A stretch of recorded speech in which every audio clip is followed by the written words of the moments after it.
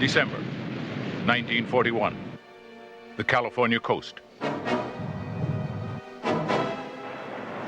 The Japanese had just bombed Pearl Harbor. A nation's heroes were on the alert. Look, you guys, a Jap sub! The dummy's right.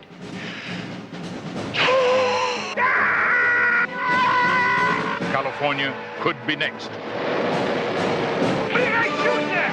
I don't know! This is war. Oh, God. A country's honor was at stake. The lives of millions would be protected by a brave few. Oh! This is their story. Excuse us, ma'am. From the director of Jaws and Close Encounters of the Third Kind, Stop that plane! the most explosive comedy spectacular ever filmed. What the hell do you people think you're doing? Dan Aykroyd, Ned Beatty, John Belushi, Lorraine Garrett, Murray Hamilton, Christopher Lee, Tim Matheson, Toshiro Mifune, Warren Oates, Robert Stack, Treat Williams. I can assure you, there will be no bombs dropped here.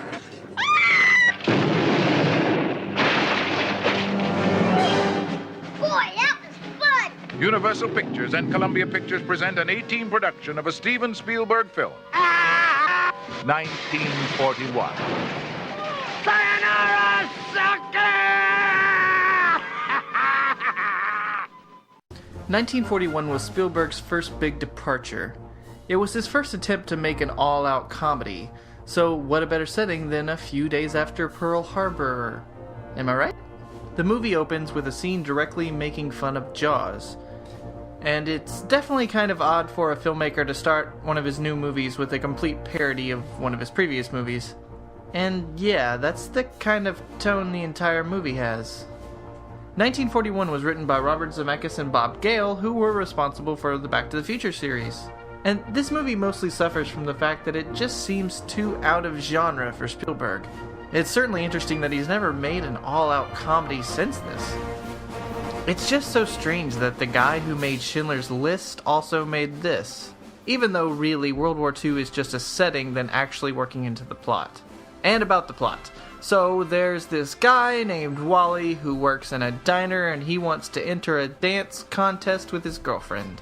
And also John Belushi is a crazy pilot who is just being John Belushi. You've also got an Air Force pilot who tries to seduce a secretary who is turned on by planes. And then the Unsolved Mysteries guy is a general. Okay, Robert Stack, I know his name. There's also a Japanese submarine that thinks it's in Hollywood and wants to destroy it, and is led by Christopher Lee and Toshiro Mifune. What do any of these stories have to do with one another? Well, nothing until the climax when they all start intersecting. I didn't even name all the subplots. This movie is heavy with the subplots.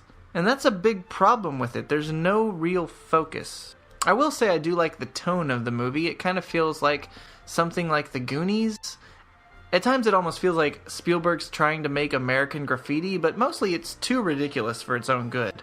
Some stuff is pretty funny, like there's a good subplot with the general who just wants to go to a screening of Dumbo. But on the whole, it's the subject matter that I think makes the film not work.